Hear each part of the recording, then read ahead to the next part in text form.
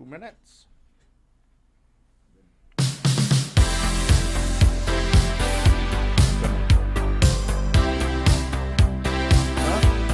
All right, Instagram.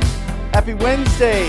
We're talking about the tools and the budget that you need to expect for your wholesaling business when you are getting started, when you are running it yourself.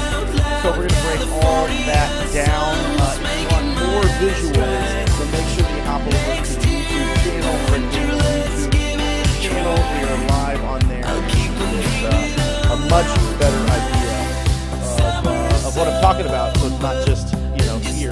But make sure that you ask questions. We're just getting older. Soon enough, it'll be too late to act. Let's do it again. Let's ride on that waves of gold. California sunrise. I'll wait for your call, 'cause I wouldn't go on my own. Last night I was dreaming out loud. California sun was making my eyes dry. Can we still make it happen? It's worth a try. And I might keep on dreaming out loud. It's a beautiful life, staying under blue skies. Next year in the winter, let's give it a try. I'll keep on dreaming out loud tonight. Winter's dawning, and I can't seem to adapt. And somebody told me that you felt the same way since we went. Why won't you give me a call? We'll ride on those waves again.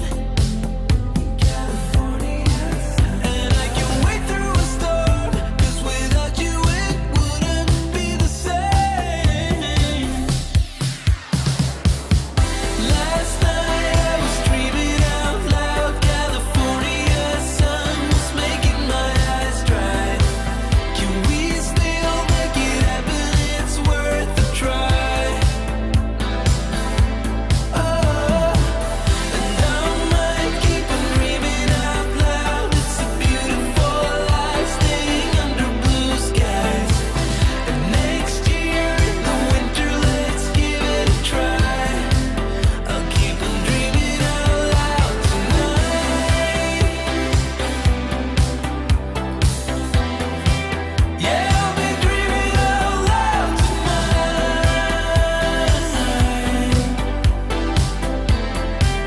I'll keep on dreaming out loud tonight.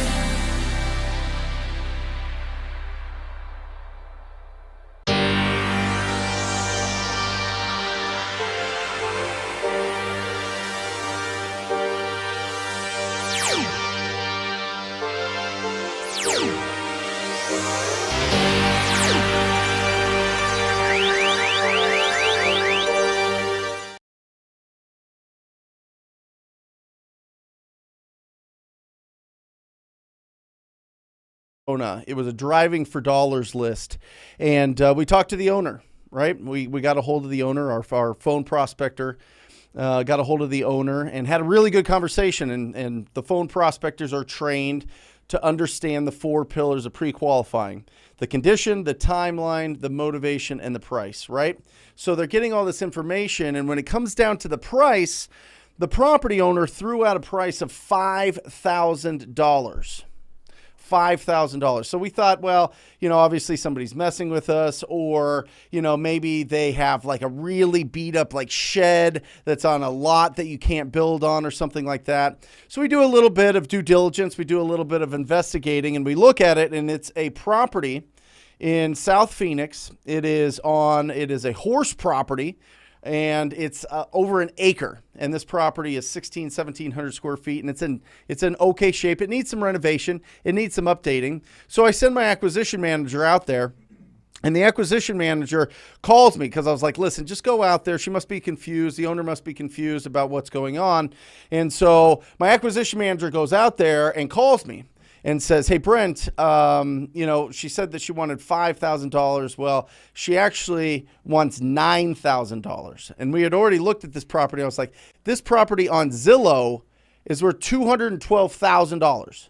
$212,000 on Zillow, and she wants $9,000. So I was like, you know what? I got to go out there. I got to meet her. I got to see what's going on. Make sure that everything's there. Everything that this person is communicating, what they actually want, right? So I go out there, and I have a conversation with Fran. And she is a lovely woman. She owns the property. She lives across the street. There's a rental property for her. And she says, yeah, I want $9,000 for this property. And I said, Fran, do you have, where are you getting that price from? Do you have any experience in real estate selling properties? And she says, I've been a broker for over 30 years, a real estate broker for 30 years. And I said, well, great. Well, then what do you think that this property, if you fixed it up and put it on the market, what do you think this property sells for? And she goes, oh, probably $200,000. And I said, well, Fran, you want $9,000 from us. You know that you could put it on and sell it for $200,000. Why would you sell it for? Why would you be giving away $191,000 worth of equity? And she goes, oh, honey, I just want you guys to make a bunch of money. I just want you guys to make a bunch of money. She was, and we ran it past family members. We ran it past everybody. I tried to talk to everybody in her community, her priest, right? And they all said, listen, she doesn't care about the money. She wants to sell this property to you. And so $9,000, we sold it for $176,000. One phone call. One phone call. When you're going out there and you're making these hallucinations and these assumptions that you know what the seller wants before you let them communicate what they want, you are making a huge error.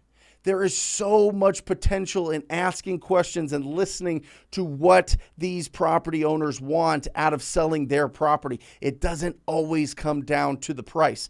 But let's dissect this a little bit. Because today's show, by the way, welcome to Real Estate Investing Live with Brent Daniels. Today's show is all about the tools that you need to be able to effectively communicate with distressed property owners. Remember, I don't care if you're if you're doing marketing. I don't care if you're getting referrals. I don't care. And hopefully you're going out there and being proactive and proactively prospecting for opportunities, right? I don't care what it is. You have to be able to communicate. You have to be able to be asking questions. And the best ways to communicate is making sure that you have the right information for the people that you're trying to get a hold of. Not only that, but speed and efficiency is like pouring gasoline on the spark of your business. Because right now you got that fire in your belly. You know that you can go out there. If you can get in front of somebody with your personality and your willingness to really support the community and going out there with that servant's heart to go help the people that aren't necessarily helping themselves, or that the industry, the real estate industry, is not helping. You go out there with that heart and you're efficient and you're fast and you're accurate, you are unstoppable. You are absolutely unstoppable. But the only thing that prevents us, the big hurdle, the big blockage in our business is we're thinking too much. It's too much on the education, too much on getting all this information before going out and taking action. And nobody put this better than my mentor, Tom Kroll. And he explained it, and it just opened up the floodgates in my mind. It made me have more of a rich mindset than I think most things. I mean, this might be top 10 things that I learned that really opened up to have a rich mindset, to be able to really understand that it's the action that gives the impact. So take a look at this real quick. I'm going to show you the difference right here on what is normal and what should be. What really, if you put this in your brain, I think it's going to blossom into something absolutely incredible. Check this out. This is where we're at, right? This is how most of us go, right? This is how we're kind of taught, right? We go to school, we get education. And then once we have that education, we combine that with taking action, and that gets us results. Oh, incredible. That's the perfect equation. Except for it's not. Because we get stuck in this loop. We get stuck here, and we're overthinking, and we're overanalyzing, and we're having hallucinations of different situations that may or may not happen, and we need to prepare ourselves for all of these things, right? But this is what Tom Kroll taught me, right here.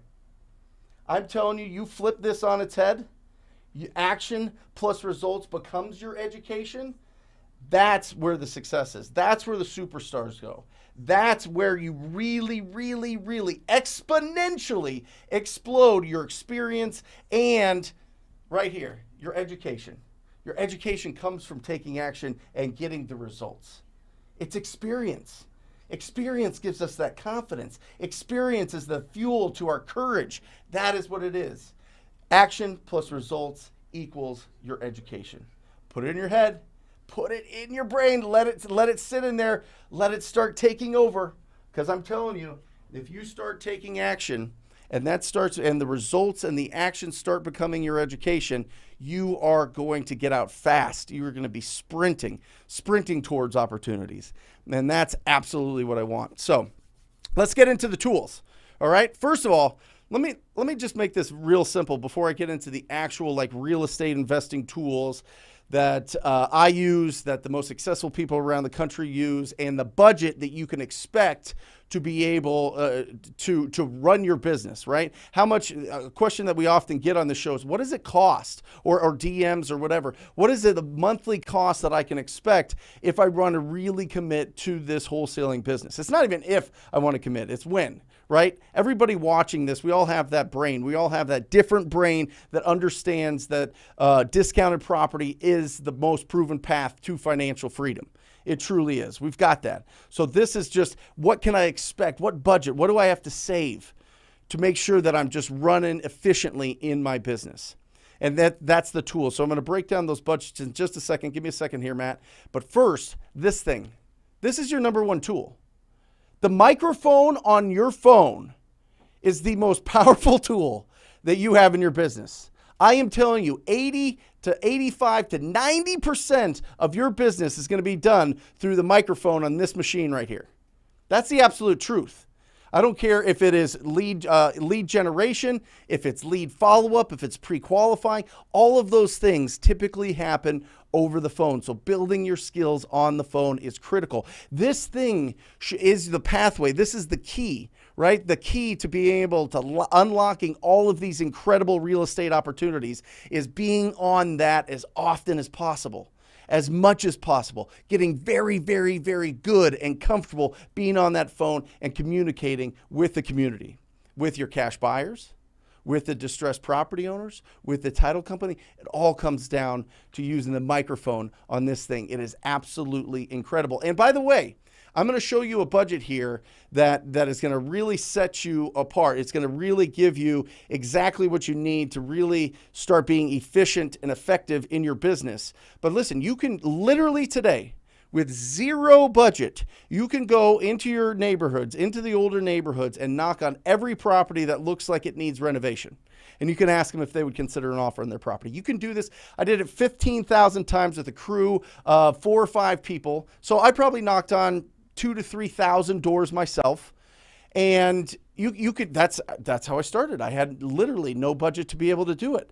And then that really just started the momentum, but it was very slow. It wasn't nearly as efficient. I had to do a lot of work. I had to get outside. I had to be in the elements. I had to be walking down and kind of interesting things going through my brain. Now we've got the ability to just get the phone numbers for these properties that are in distress and have a good quality conversation. So without a doubt, you can start this business with zero budget and all effort. You can literally just go out and start knocking on doors of properties that need some love and start building some traction, without a doubt. But if you want to be the most efficient, if you want to be able to have those conversations, if you want to be one call away from your first deal or a 6-figure deal, like I mentioned in the opening of this, it's all at bats, it's all reps, it's all how many opportunities, how many conversations are you having. It's inevitable that you're going to get a massive deal if you're talking to enough people. Inevitable. But how do you do it? And what's the budget to expect to be able to do that?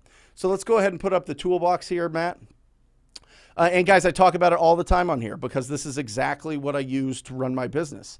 But this is the expected budget. If you are going out there and you're taking the instruction on this show to go out there and make that 2 to 3 hours of calls, or 15 to 20 hours a week of calls, reaching out to distressed property owners, this is the budget that you can expect so that you can run it really effectively, really efficiently. And by the way, this is in order. This is in order of priority. All right. The first one is you need to get accurate phone numbers. You need to be able, the beautiful thing is you are, 10 digits away from a conversation with somebody that could be, that could do business with you.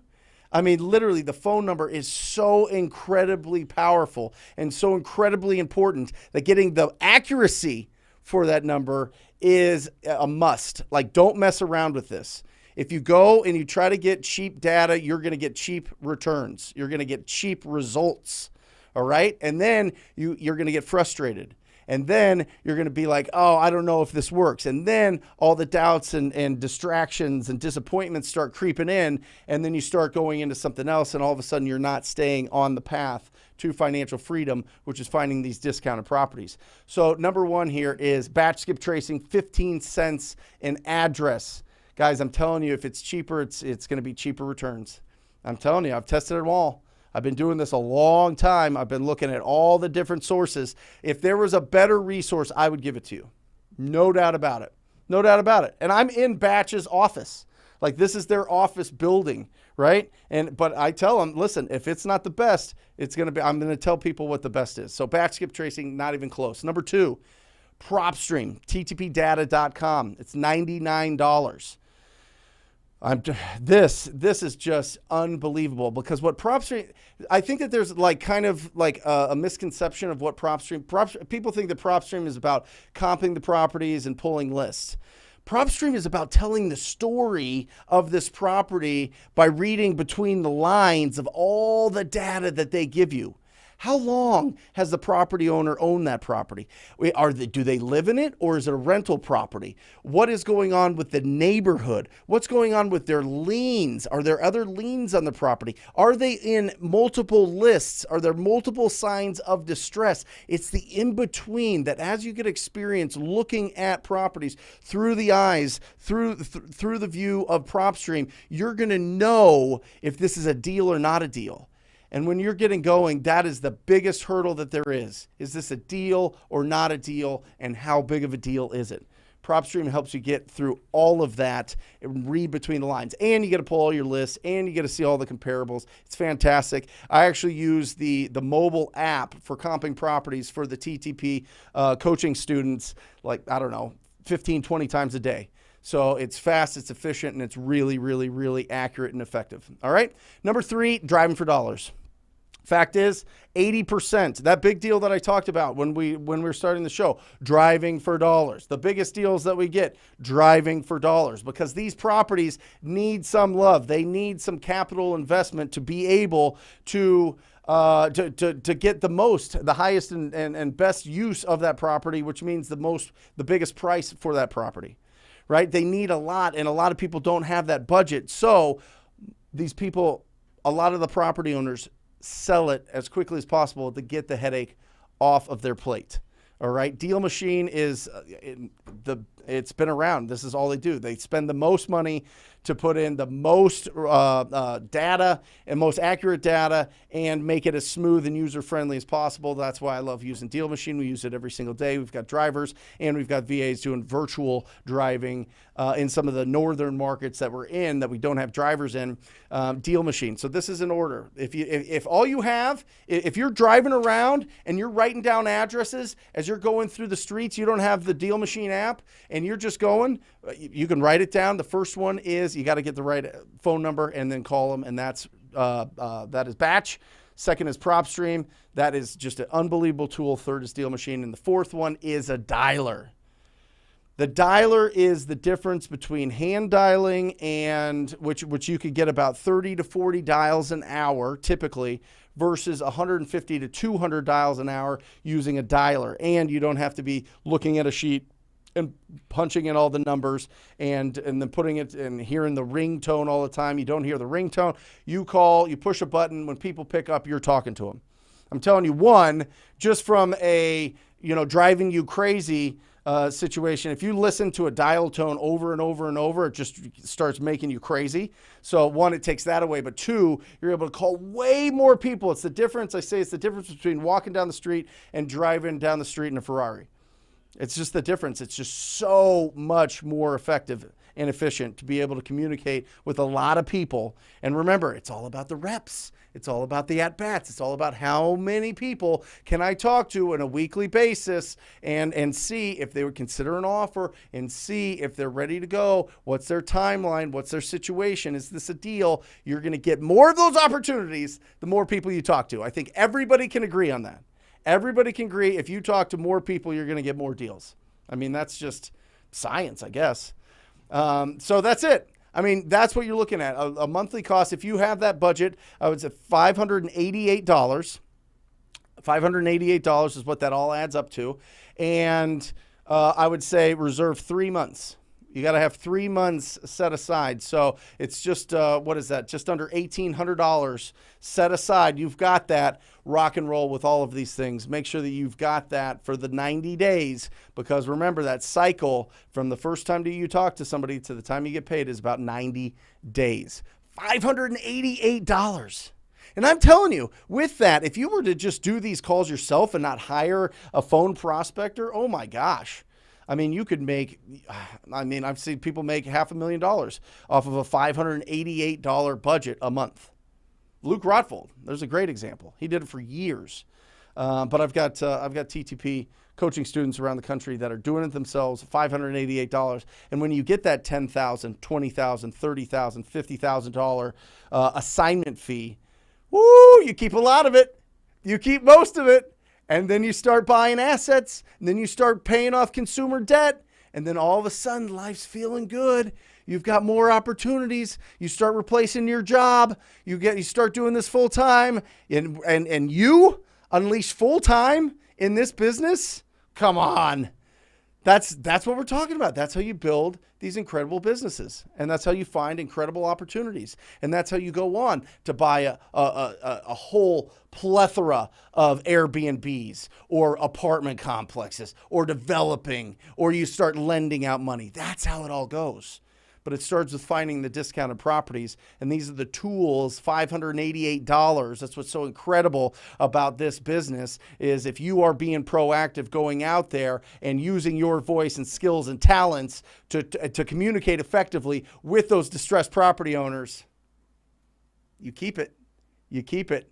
Goes to your family, goes to your schedule, goes to opening up your time management, your everything. I mean, it just opens everything up. So there you go. Those are the top 4 tools. And remember, it's all about action. Action, action, action, and results is your education. Flip it on its head. You've got this. You've got enough. You get it every week here, 2 hours to pump you up, to give you everything that you need to be able to go out there and take action in your marketplace. And I'm excited. I'm excited to hear the results. I'm excited to share some successes with you on this show.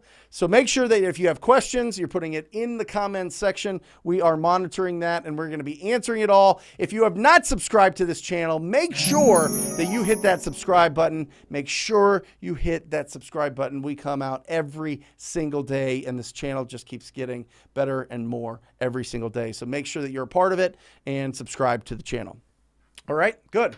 Awesome. So let's open this up to questions. The show is heavy on question and answer. That's the point. And at the top of the hour, we have an incredible young wholesaler, 23 years old, doing bananas amount of deals. Ryan Zolan is going to join us in studio. Got an exciting announcement to make there.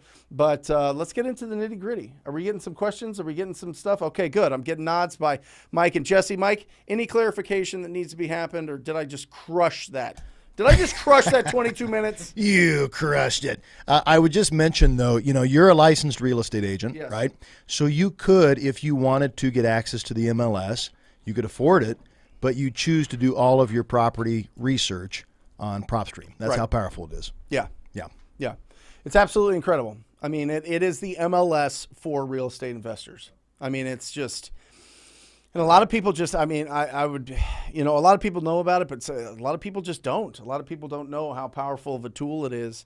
And we've got a lot of training on this channel on it. So if you need some help with that, and plus they do incredible amounts of training in-house with Propstream as well. So I would get into that, but don't get stuck. Don't get stuck in that education. Start taking action with it, and then that'll make the questions rise to the surface, and that'll make you more effective and taking action and understanding the tool a lot better. Love it. Let's do some questions. Let's go. And by the way, some celebrations. If we have some celebrations, if you have locked up a deal, if you have sold a deal, I want to ring that bell right there and celebrate you and recognize you and congratulate you. So, Mackenzie, right off the bat, do you recommend fully going through your first Driving for Dollars list before starting to pull other specific lists from Propstream to see which list is hotter for your area, or can you work multiple? Or can you simultaneously work multiple? Yeah, absolutely, Mackenzie. Here, this is the perfect question to open up the show. It truly is, Mackenzie, and thank you so much, because a lot of people hide behind, I need to build up my Driving for Dollars list bigger before I start that uncomfortable part, that unfamiliar part of picking up the phone and calling these property owners. So people hide behind, well, I'm building up my Driving for Dollars list right now. And once it gets to that point, no. Listen, if you're taking action, you can pull a list right now from Propstream. Test it out, Mackenzie. Do it simultaneously. All I'm saying is make sure that you're taking the efforts every single week of building up your Driving for Dollars list, because you're going to find some incredible opportunities there. But if you don't have enough volume there right away, you have to supplement that with the list from Propstream. You have to, because you need to have enough properties to call. Because if you don't, there's the other excuse. One, I'm spending my time driving for dollars. Two, I couldn't call that many hours because I just don't have that big of lists. Come on, player. Come on. That can't be the excuse. That can't be the excuse. You can pull a list, and you can pull up to 10,000 a month of addresses from Propstream. So you can get in there nitty gritty. And Mackenzie, honestly, and it sounds weird because there's like not really much difference in the approach and the conversation, but I liked switching up lists every hour. I did. I liked calling Driving for Dollars first and then going into tired landlords, or then going into multifamily, or going into land. That was exciting. It just kind of switches things up a little bit. Even though it's the same conversation, it just feels like something renewing about it. It just felt incredible. So, yeah, you can do both. Absolutely. Don't hide behind those two things. Watch it. And I know there's people nodding right now like, oh, yeah, I've done that. I've hid behind my Driving for Dollars. Oh, yeah, I've hid behind not having big enough lists. I know there is. Break through all that. Push through. You got this. Hey, Brent, real quick. So in addition to Driving for Dollars, what are 2 or 3 lists that you would test on Propstream? Yeah, I mean, here's the thing. The tired landlord list, most of the deals, 80% of the deals that you're going to do in your career are going to come from people that own rentals. They just are. The other 20% are going to be owner-occupied, or it's going to be some sort of inherited situation. But typically, owner-occupied properties, the sellers want to get as much as possible for it because they need to buy another property for them to live in. And if their property is really, really rough, they live in it, and they can, I mean, we've all seen properties that have a lot of personal property, or what people would call hoarder houses, and people live in there forever and ever and ever. So typically, those people don't move until they absolutely have to. So most of your deals are going to be coming from tired landlords. So you have to pull the tired landlord list. I know what you're thinking. I know what you're saying. I know what's going on in your mind. Everybody calls that list. Everybody hangs up on me really quick. They tell me that 12 people have called them today. Listen, I've heard it all. And yet still, every single day, I get text messages from my TTP coaching students saying, I got this tired landlord deal. It's incredible. Here's the details. Boom, boom, boom, boom, boom. So listen, remember, it comes down to timing. So tired landlord list, and I would go vacant land list. You could pull that as well in town. vacant land in town, and then multifamily up to 4 units, because there's a lot of people that want to buy rental properties that are multi-units, but they're not really in that space where they want to go, 8 to 10 to 12 to 50 units, but they can handle 4 because you can still get some good finance and some good conventional loans on that. You don't have to get a commercial loan on that. That's the sweet spot. So those are the ones. Yeah. Awesome. Alondra, I'm going to throw you this so that if you can grab questions off of Instagram. Michael Buckley, good to see you, bud. Hey, Brent, after bird dogging my first 2 deals, I finally put one under contract myself. What? Are you kidding me? Are you kidding? First deal, Michael. You're putting this all on everybody right off the bat? Oh, my God. 54. I got to stop hitting this table. It bothers people. $54,000 on your first deal. Oh, my gosh. Look at this. Look at this. This is going to be a loud one. Got the smoke, too. 54,000. It should be on fire in here. I mean, literally, I'm going to start that flamethrower up in the background. That is bananas. I'm going to burn this show down. I'm so pumped for you. I am. $54,000. I remember when I did my first $42,000 deal, I was shaking every nerve, ending. Every synapse in my body was going bananas. Something was changing. I was metamorphosizing into something that really, really, really understood that our efforts can make such an impact. I'm telling you, $54,000 on your first deal. Man, I'm so pumped. Keep it going. Hey, listen, right now, you got to just shake it off, right? Shake it off. That money's in the bank. It's done. You got to just keep going forward, brother. Keep going, because this is just the start. Keep building it and building it and building it. Don't rest on that 54. Don't go out there and hire a bazillion people after your first deal. Stay with what worked and start building, and then you can start scaling and scaling and scaling. But remember, 3 straight months of $30,000 in income, and then you start hiring people. Great job, Michael. Woo, man. I feel good about that. That is incredible. 54,000. Come on. Look at Brandon. All right, Brandon. Hey, Brent. How do you feel about comping properties that have high mortgage balance? Do you try to help the seller out, or do you just ditch the lead? A couple different things, Brandon.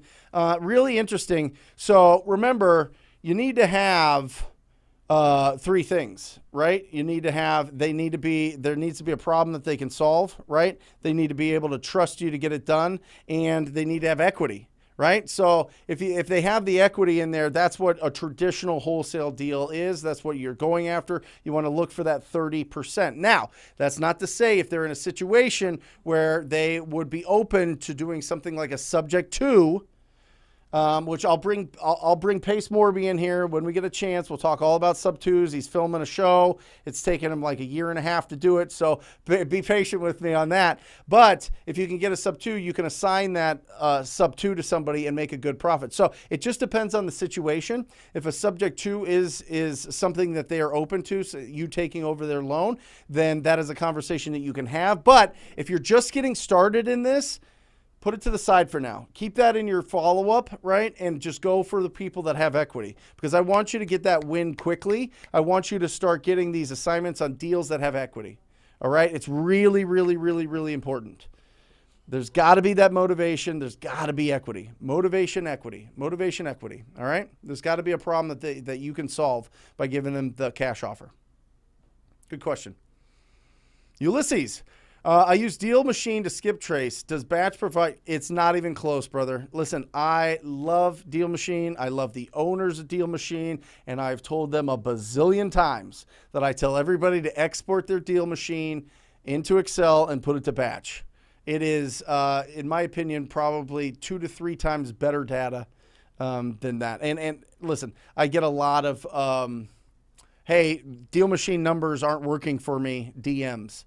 And so my advice is you go onto your computer. Literally, you have to do it on your computer. You go to your list in Deal Machine. You press that export button. Boom, you upload it right to Batch, and you're going to have really, really accurate phone numbers. And that might be, you know, if you're having some issues getting a hold of people, that's why. Yeah.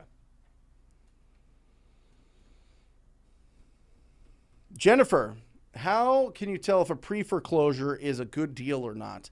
Well, remember, it comes down to a few different things, right? So first we have to pre-qualify all of them, right? What is the condition of that pre-foreclosure? Is this a pre-foreclosure that's going to need a lot of work? Or is this a pre-foreclosure where it's a nice property, but they're just kind of, something happened, whether it be the pandemic, whether it be, you know, just something emotionally in their life or some life change, or, you know, maybe something medical. You know, is this property in really good shape? If so, they should put it on the MLS. You should give them advice to list it with an agent and get as much as they can if it's a good, clean property. If it's a property that needs some love and they don't want to deal with putting it on the market and they don't want to deal with that whole process and a lot of people coming through and showings and all that, and they just want to deal with one person, then absolutely go after it. But remember, it has to have equity, Jennifer. Make sure that, so basically, equity is the difference between what it's worth, what you can offer, right? What's the most that you can offer on this, the max allowable offer, and what do they owe, right? They have to owe less than what you're offering for a traditional wholesale deal. All right, so just make sure that it's got the equity there. All right? Yeah, and then from there, it just depends on what price you can lock it up at. It comes down to the condition of the property and how fast they want to get it done. And so just make sure that the price is above what they owe. Jose, I like that picture. Look at that. That's like a edited, looking good picture there. Brent, as a licensed agent currently doing retail sales, to transition like you did from retail to investing, do you market as an agent, home buyer? Always home buyer, Jose. Yeah. I was out there as a buyer. I started out as I have a client interested in buying in this area, but you are way more powerful if you are the buyer. And remember, this goes back to if this is just your first time on or you haven't seen some of the other episodes, make sure that you go, and you know, Jose, that you can go to a private money lender, hard money lender, transactional funder, and make sure that you get approved so that you are the actual buyer, or partner with somebody that has the funds to be able to put the down payment for that hard money. You got to go with the confidence that you could actually close on this property. You don't want to go and just, I have no way of closing this, right? You want to go as the buyer, have that confidence inside that you know that you could close on that, and you get that from transactional funding. You know, you probably already have resources being in the industry. You can go and talk to those private money lenders, get that credit letter or a letter of approval, and move forward with that, knowing that you could close that if you need to. And then as you transition, you got to take off your agent hat and put on your home buyer hat. This was something that was very, very difficult for me as a real estate agent, because as a real estate agent, you have fiduciary duty to try to get as much for that property as possible. As a buyer, you are not representing that property owner. You are going to see if they would accept money for their property, and you being the principal buyer. So you got to put on that buyer hat. And what I'll tell you is it's a lot more clear. People that are truly distressed, people that are ready to trade potential equity in their property for speed and convenience of that sale, they want to know that you are the decision maker. They want to know that you are the one that is going and looking as the buyer, and not just representing somebody that may or may not like the deal. You're making the decisions, and it makes them take action faster and trust you more. So great question. Even greater picture. Looking good, Jose. Jeff, dialing through my D4D leads, Driving for Dollars leads using Google Voice. I'm at 300 leads and counting. When should I get a dialer? So remember, there's a difference between a lead and just the address, right? Just kind of the list. The list, you have a 300 list. A lead is somebody that would consider an offer in your property.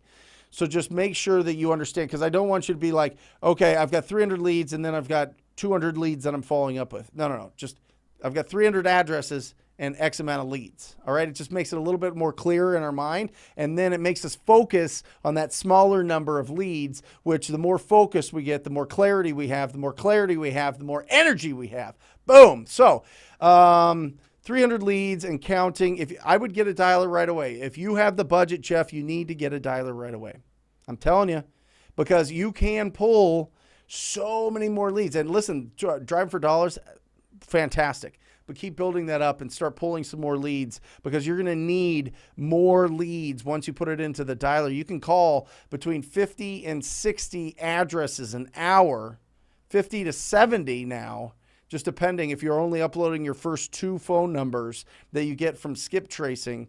You can get through, 60, 70 addresses an hour. You're going to burn through that 300 addresses in a few hours. And then what? Right? I don't want you slowing down. I want you speeding up. I want the momentum keep going, right? You're a train going down the tracks. If you stop, you got to build that momentum up again. So, get more addresses and put them into a dialer. Yeah. I'm telling you, people get the dialer, Mike, and they're like, oh my gosh, what? This is bananas. This is absolutely insanity. You talk to way more people. Ron. My name is Ron Reed from Florida. I turned 19. Yeah, all right, last month, July 15th. Happy birthday. And closed a deal, 12.5. Best birthday ever. And got one closing this week for $2,500. Both on the market right now. I'm buying Propstream. You better. Listen, Ron, you keep it going, you'll buy Propstream the company. All right? How about that? How about one of those? You keep going at that. You're 19. Are you kidding me? Oh my gosh, look at this. Come on, man. Come on.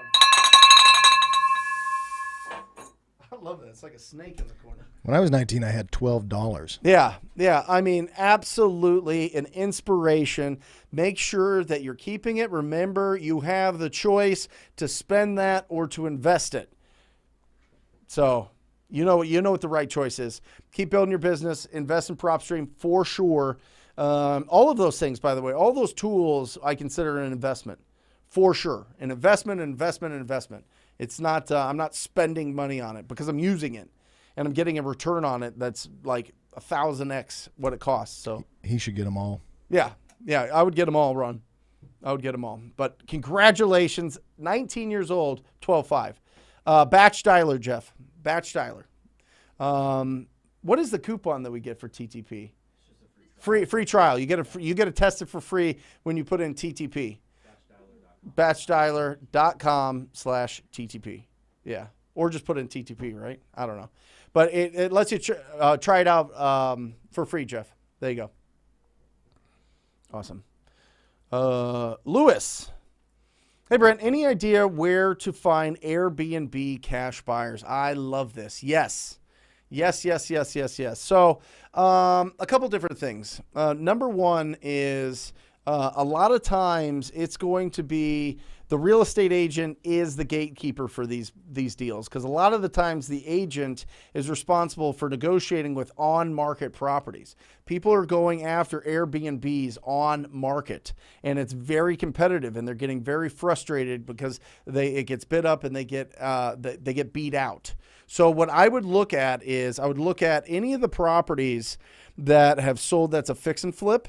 All right. You're looking for, just go on Zillow or Redfin, and you want to look for the properties that are listed that are flipped properties. And you want to reach out to those real estate agents and see if their sellers are looking to buy some more properties to flip. But also, interesting, once that deal closes, I would look at who the buyer's agent was on that deal and talk to them as well, because those buyer agents are the ones that are out there hunting for opportunities. You can also go into Redfin or Realtor.com and filter for investor-friendly real estate agents and call all them up and see if they've got Airbnb buyers. But if they're specializing in a specific area and they say that they work with investors, those are great people to go after. Yeah. And then just look at, here's the deal. Like, you can go on in your market. You can go on to real estate investing groups. You can go into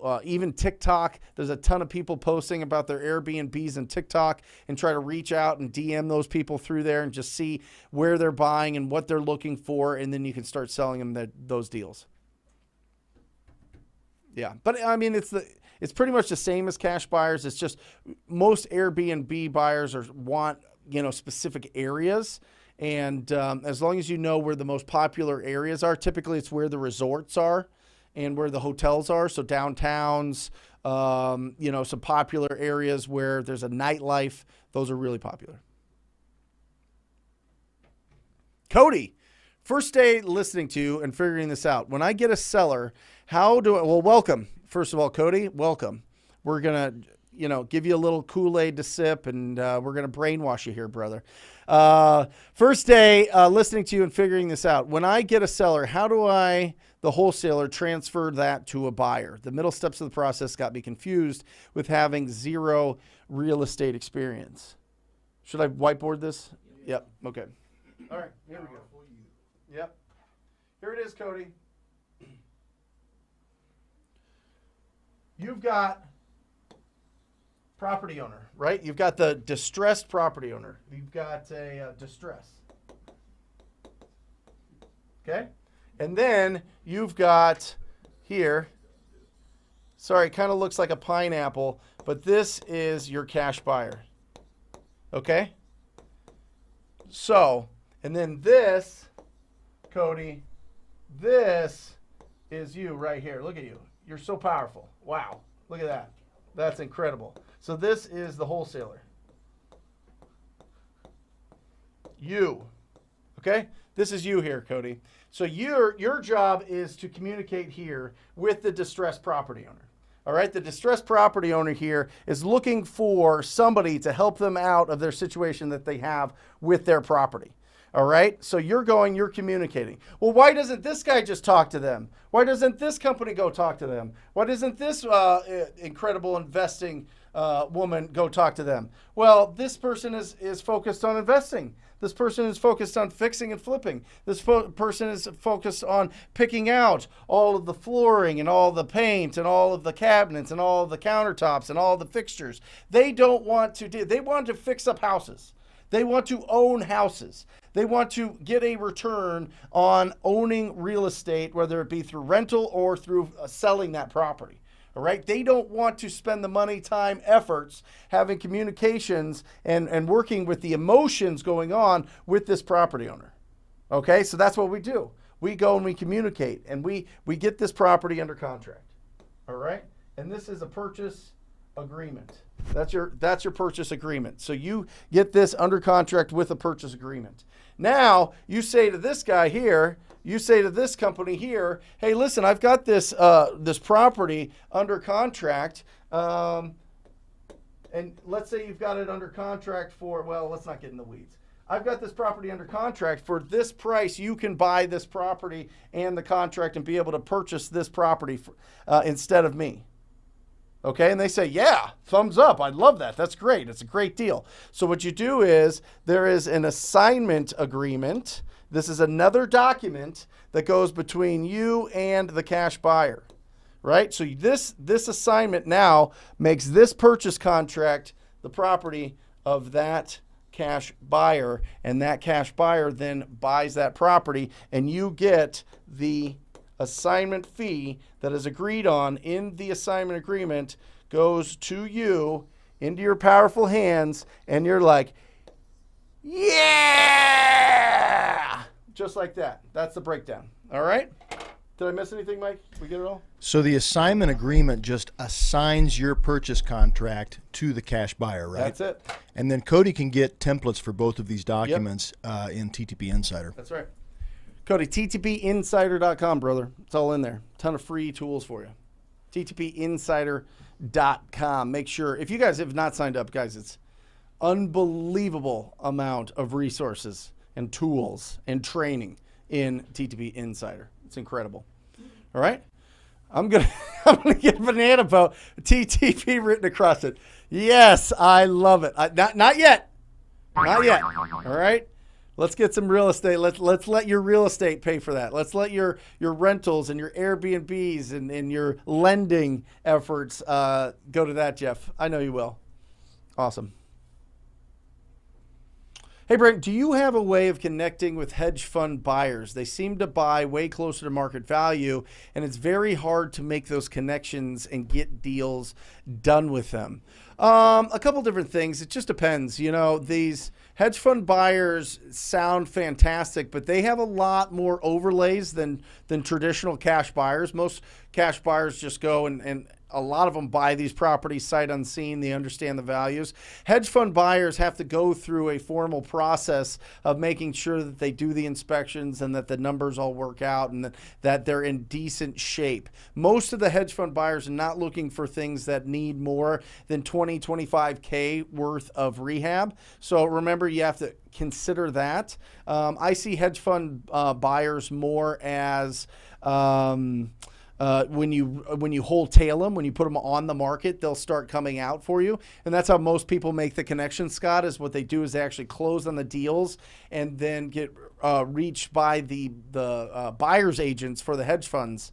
And then they start building that relationship. So you could start asking around who's a real estate agent that represents hedge funds. That's probably the best way for you to be proactive about it. If you're not going to be putting properties on the market, just say, hey, who is the buyer's agent for the hedge funds? And start posting that everywhere. And somebody should respond to you and get an idea, because those guys are always looking for opportunities. But typically, you know, they're buying properties off market because it's a more of a traditional process where they get those full inspections, and then they can negotiate on price afterwards if there's a little bit more renovation than they think.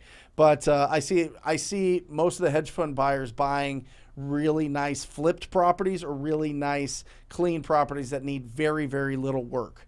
Because they need to get those properties into service as quick as possible and start making an income on them. But you know, hedge fund buyers are great, but in my experience, they take a while to really, really, truly commit. And I like making sure that when somebody makes a decision, they get that $5,000 non-refundable earnest deposit in to secure that deal for them. So don't get too romantic about it, Scott.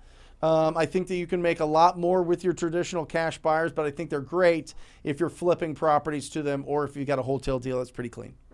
So, Brent, a wholesale deal is when you would actually purchase the property yourself as a wholesaler and then almost immediately relist it on the MLS.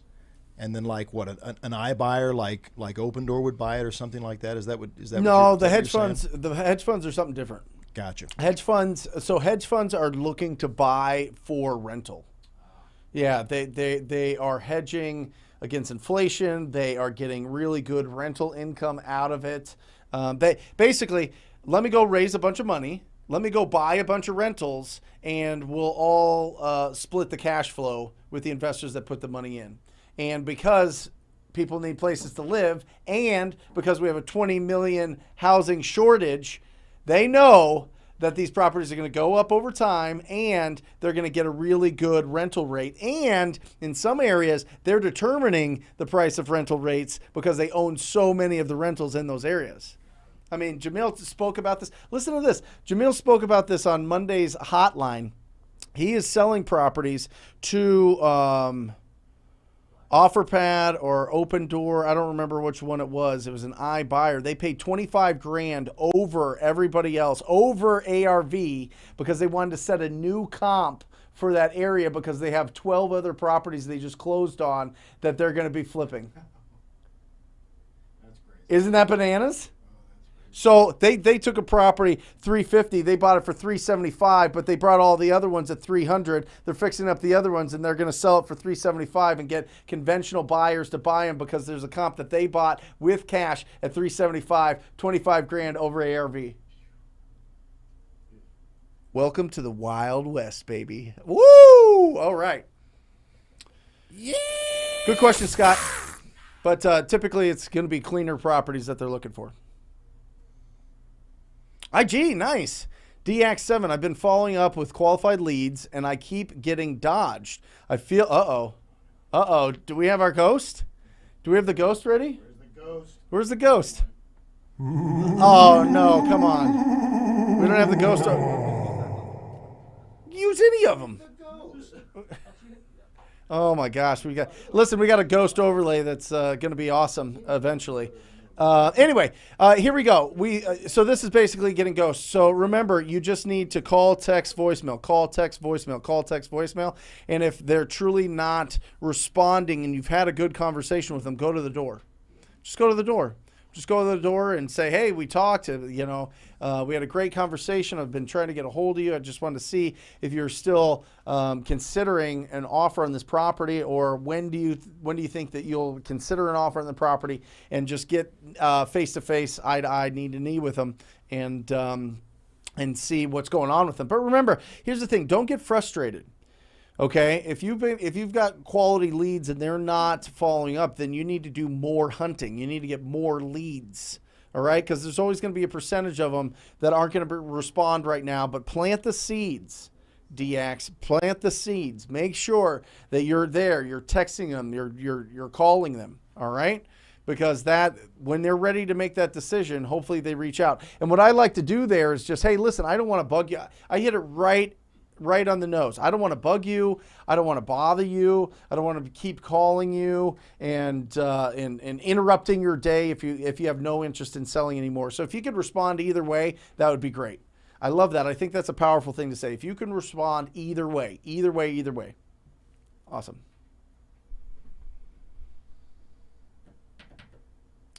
Javier, there he is. Oh boy, here we go. Help me comp a house, coach. By the way, Javier's crushing it. Absolutely crushing it. Let's look at the comps. So, again, guys, ttpdata.com. This is Propstream, baby. This is what we're going to be pulling it on. 2214 Lilac Lane. And that's in Decanter, Georgia. Okay, great. So, he's got it under contract at 170, and it needs full remodel. So, JVC, real quick, just confirm that this is a one bathroom. I need to know if this is one bathroom or if they mislabeled that. So I need to know if that's one bathroom, because this is one of those things that's going to prevent you from getting the top, or the cash buyer from getting top value, is just one bathroom. There's only a certain amount of buyers that are willing to go after one bathroom properties. It is one bath. Okay, it is one bath. Okay, thank you. All right, so let's take a look here. I like getting a feel for where this sits in the neighborhood. All right, great. Look at this. You got a park right here. That's fantastic. You've got, it's in the middle of the neighborhood. No major streets, no major commercial, no noise issues like being underneath an airport or being next to a train track, which is great. Oh boy. Oh yeah. Oh man, this gets me excited. It really does. Man, I love it. You know what the best part about this, the reason I get excited is because whoever gets this property and goes in and puts the work in and puts the windows in, puts the doors in, puts some artistic touches to it, puts some design elements to it, it totally just changes the appearance and the face of that neighborhood. I mean, it's just so rewarding to see what happens. So listen, yeah, it needs everything. You weren't kidding, JVC. You weren't kidding there. We've got 1,200 square feet, built in 1952. Now, if you guys have been following the way that I've been comping here, what I like doing off the bat is I like seeing what's going on in the neighborhood. If there is a strong comp in the neighborhood, that's what everybody is going to be looking at first. So first, I like checking that. All I do, and Propstream does this better than any other tool that I've seen, is they grab all of the sales in that specific area. They must geocode something and grab all of these addresses and all of these sales, which makes it really powerful just surrounding there. Even if it happened years ago, they still show you the stats, which is incredible. Well, there you go. I think it's a good deal. This one sold for almost $20 million. Okay, so just as a side note, guys, when you see stuff like this, oftentimes this is just an error by the recorder's office, or it is part of a bigger package that's purchased by a company. All All right. So sometimes when they purchase multiple hundreds of properties, they'll lump it all into one sale amount. So ignore these as you get it. But look at this. Look at this, guys, right here. So ours is 1,200 square feet. This is 1,600 square feet. Built within a year, which is fantastic. This is a 3.2 at 365. Really interesting. Look at this. 3.2 at 400,000. We don't have, and then you go here. Look at this. Ooh, look at this one. This is interesting. You got Longdale here, right here, 179, because I was looking for this one bath, right? Where's the ones with the one bath? You got 179 here, 1,200 square feet. Let me take a look at what's going on here. What? 179 here? This looks clean. What is going on in this neighborhood? Does one bathroom affect it $100,000? I don't know. I mean, it's interesting that every single picture is the same area. I don't know what's going on here, but 179 here. Let me look at the detail. I'm sorry, 179. Yep. Let's look at the details of this comp and see what's going on. All right. Because this is going to really help us understand what people are going to look at, what your cash buyers. Okay.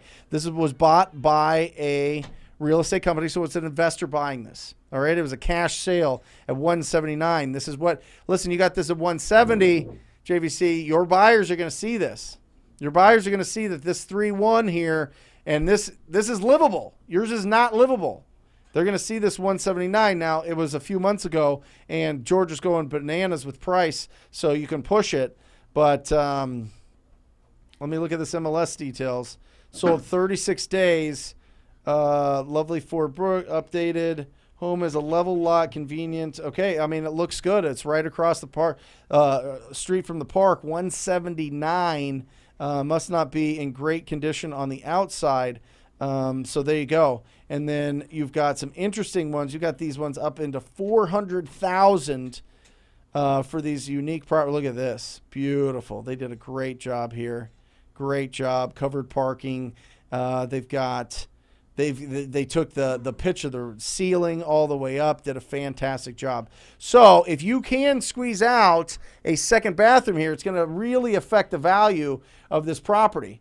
If not, you've got that 179 comp, and it's going to be real, it's going to be an interesting conversation with your cash buyers there. So I would probably push yours out at 185 and see what the response is. But you've got some good room there if people can find a way to get a second bathroom. But 1,200 square feet restricts it a lot. This is 1,500, and they did a phenomenal job here. So I would say push it out at 185. Awesome. But it's still a deal. So good job locking that up. Yep. All right. What? Manchester Boulevard Investments, Texas, looking at $100K month this month. Are you? Come on, player. Let's get that going. Come on. $100,000 month. Absolutely incredible. Speaking of $100,000 months, right on time. Ryan Zolan, come on in here. Come on, brother. How are you? Very good. Very good. All right, guys. This is Ryan. Ryan is here in the East Valley. East Valley. Right? Yes, sir. How old are you? I'm 23. 23 years old. When did you start real estate? I started at 18 years old, fresh out of high school. Right. So no college. No college. Straight at it. Yes, sir. Yeah, and how did that go? My first couple years were definitely more of learning. Yep. Getting into the industry, having to establish myself, make a name for myself. Yep. Lots of mistakes, failures, all that fun stuff.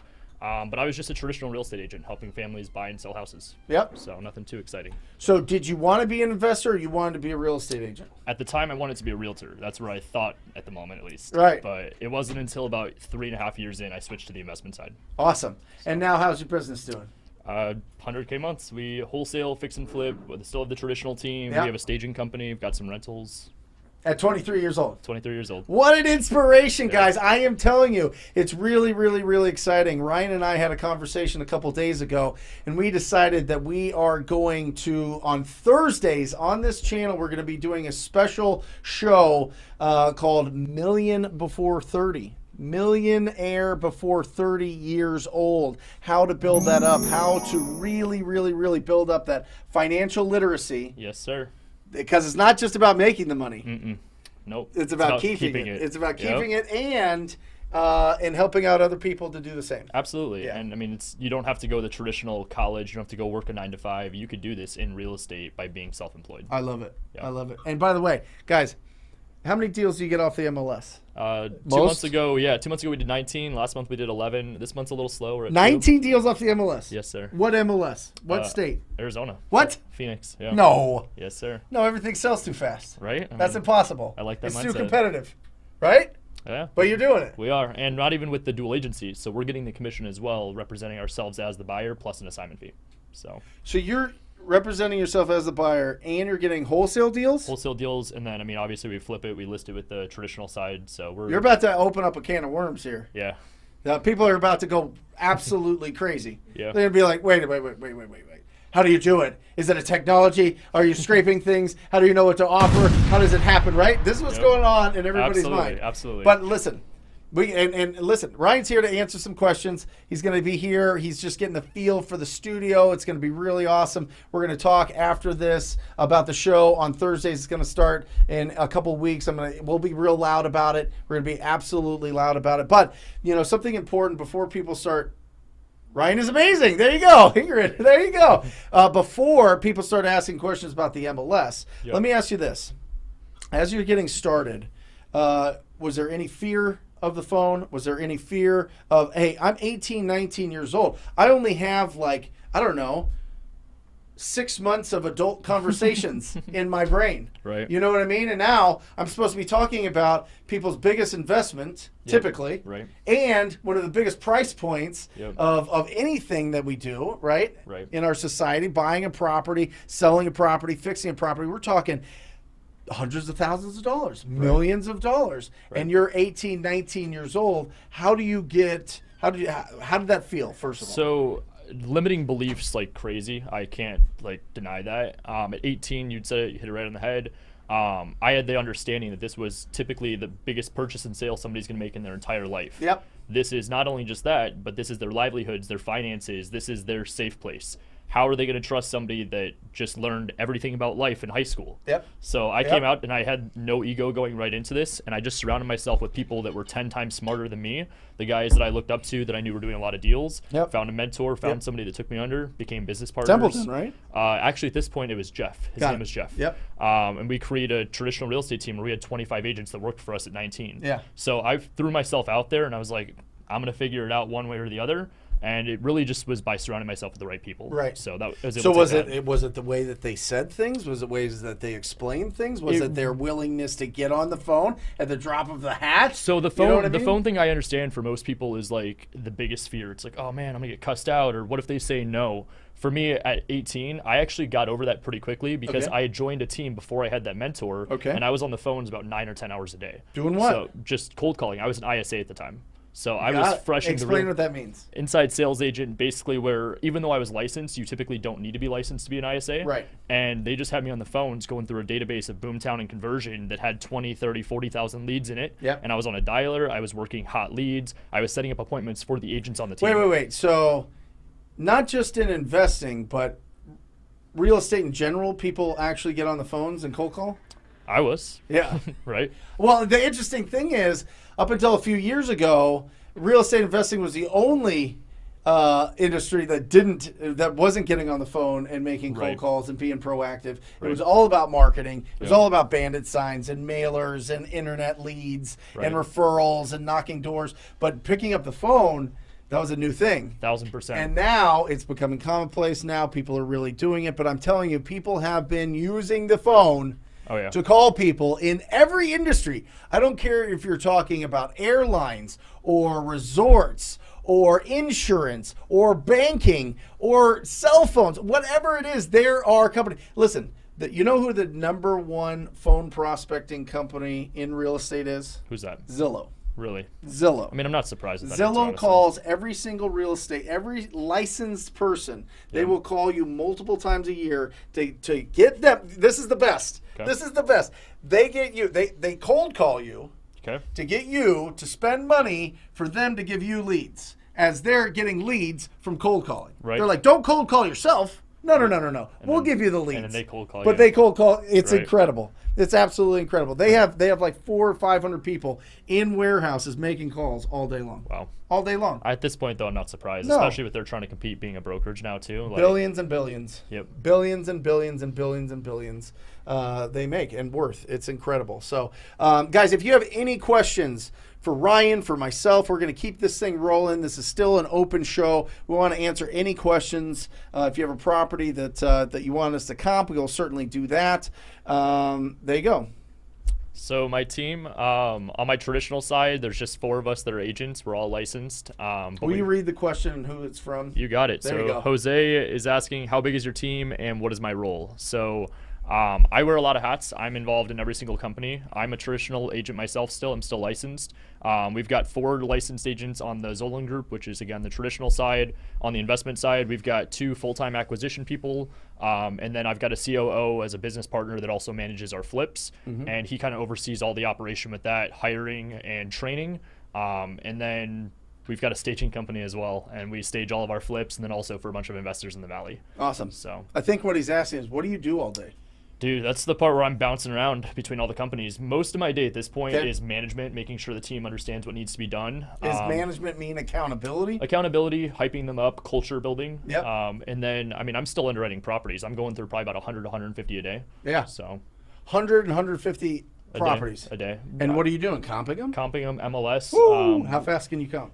I'd honestly say in less than a minute now. Like Yeah. I can go pretty quick. Yeah. And is that just experience? Yeah, 1,000%. Because that's the biggest thing. And Mike and I were talking about it yesterday. The biggest hurdle is not who do I call? Right. It's not what do I say to them. It's, is this a deal? Seriously, yeah. That's the number one thing. I Is always it a say- deal or no deal? And how Yep. big of a deal? I always say is it's like the two biggest things. It's like the shape, the whole shape analogy. You're trying to take the square object and jam it in the circle hole. Right. Like if it's not a deal, move on to the next. Like Yep. just keep going, and you get that through experience, knowing location, price points, and I mean that's just where it's a grind. But Right. yeah, And from people that have done it. seriously. I mean, that's why coaching exists. I Seriously. think coaching exists mostly for the is this a deal or not? yeah, You know, I mean, you could get everything online. You can get everything through podcasts. You can get everything except for, hey, wait, I just ran across this situation. Can I commit to this seller, or am I going to like feel really bad canceling this? Right. Right? Yep. You know what I mean? Like, I need somebody, whether it be somebody locally, whether it be a coach, whether it be a mentor, whether it be somebody on the team, Yeah. right? You probably are comping this for your teammates. Absolutely. So that Yep. all they have to do is go out and hunt every day for Right. opportunities, Yep. and you're making sure that your efforts are going towards the people that actually have potential of doing business with you. 1,000%. I got to keep the ship and float there, and yeah, Yeah. We're, I mean, knock on wood, dude. But yeah, everything's going well. Fantastic. Everything's going well. Fantastic. Awesome. What else we got? Here we go. Dylan, been working with a title company for 60 days to get a clear title and still isn't done. Any tips on keeping both parties calm to see the closing through? What do you think, Ryan? You ever deal with this? Yeah, so I mean, it depends on what is the issue with title. If it's like a contractor lien or if it's taxes, are they behind on mortgage? Like, what exactly is it they're not behind on or that they're behind on? Could just be ownership. Yeah. Could be who owns it. Right, and I would say They recorded a title here and a deed there, Right. and all sorts of different things. And did it go through a title company? and that's where I would say, honestly, relying on the title company to be able to communicate what the issue is, and then you could problem solve based on whatever That's the it. issue is. Listen, Dylan, let the title company do their job. Their Yeah. job is to clean up that whole mess. Yep. Now, you can support them by being able to communicate with both parties and make sure that they're getting whatever documentation they need in a timely manner, Right. without a doubt, but get clarity on whether or not, on what they need. What is the holdup there? And typically it's probably just they need to know who is the actual owner and who needs to sign and does it give clear title. Typically, it's not going to be, you're not going to be coming up across something that's like a weird lien issue, or they would have known pretty quick because they pull that title and they see it. But if something popped up later, that could be what Ryan was talking about. Yeah. Some sort of mechanics lien or contractor lien. I mean, or you said something. it perfectly too. You don't want to try to be getting involved. What I find too is a lot of title officers, they like that this is their control. Yes. They want to know exactly what's going on Awesome. so that they can relay that to all the parties. Yep. Awesome. But let them do their job. But Dylan, when you have that, don't stop the machine, brother. Right, you're right there. You gotta be loading up that lead generation. You gotta be going through and getting new, fresh leads.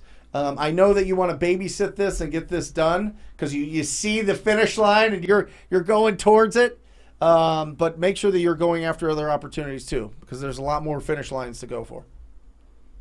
Man, I'm just crushing analogies today. I love it. Man, I this love first it. hour, I was just That's what's crushing. up. That's what's just up. crushing. Spitting some fire. Yeah, Antonio, I'm coming across a lot of fixers, non-own occupied, that have recently took out equity on the property this year. Do you think they will still be willing to sell? You dealing with any of that? Not at the moment. Okay. I haven't come across any recently where they pulled out like a HELOC or anything. But I would say that really what I always teach on my team is it boils down to motivation. Yep. So if they have a pain point where they need to sell, yes. But Let me hit you with a fundamental that goes through my brain, Antonio. I believe everybody is willing to sell right. until they tell me they're not willing to sell. And even then they might be. Yeah. And even then you got to dig a little bit deeper. Even then you got to peel back the layers. So do I think that they would still be willing to sell? Absolutely. Now, the real question is, do they have enough equity to sell and make it a deal? Right. That's the big question there. And so just find out what do they owe versus what you can offer them. If you can offer them more than what they owe, rock and roll, brother. You got this. For sure. Yep. Awesome. Marcus. My goal is 20 contacts a day. Do you count you have the wrong number as a contact? No, Marcus. Yeah, I don't. Only the property owner or somebody that is representing the property owner, whether it be a family member or a real estate agent or an attorney. That's what I consider a contact. Yeah, but do you have the wrong number? No. Nope, because there's nothing there. So count the people that you actually talked to, that you had a good conversation with, or at least asked them, and they were the actual property owner. Good. We good? I need to move this way? I don't want to crowd them too much. There you go. All right, Daniel. Closing a $33K probate deal in 2 weeks. You absolute animal. Look at you. Patrick Ewing, Scottie Pippen, $33K. Come on, baby. There we go. Oh, yeah. That is absolutely incredible, Daniel. Remember, now you just got 2 more months, 30K, 3 straight months of 30K. Then you start hiring people, brother. I'm telling you, build up that big, healthy, happy, heavy bank account, and you're going to feel a lot better about putting the financial responsibility of the people that you hire in your hands, and you're going to really build something special. So keep going. Hopefully this frees up your schedule. Hopefully if you're not full-time, you're able to go full-time with these funds coming in, and keep it going, keep it going, keep it going. That's awesome. It closes in 2 weeks. I want you to be commenting next week that you locked up another deal and sold up another deal by the time. I want 2 more deals before this closes. I love it. 2 more deals. Don't slow it down. You're looking at that, you're like, oh, baby, 33K is about to be wired into my account. I'm going to show this to everybody in my family. I'm going to show it to all my friends. I'm going to rub it in their face. Right. But keep it going. Keep it going. Make sure that that's not the only one. Keep building, building, building. Awesome. Orlando. What do you say to a title company when you call for the first time? So in Arizona specifically, if I'm ever calling title companies, at this point, we've got a preferred title that takes care of us. We have a business relationship with them.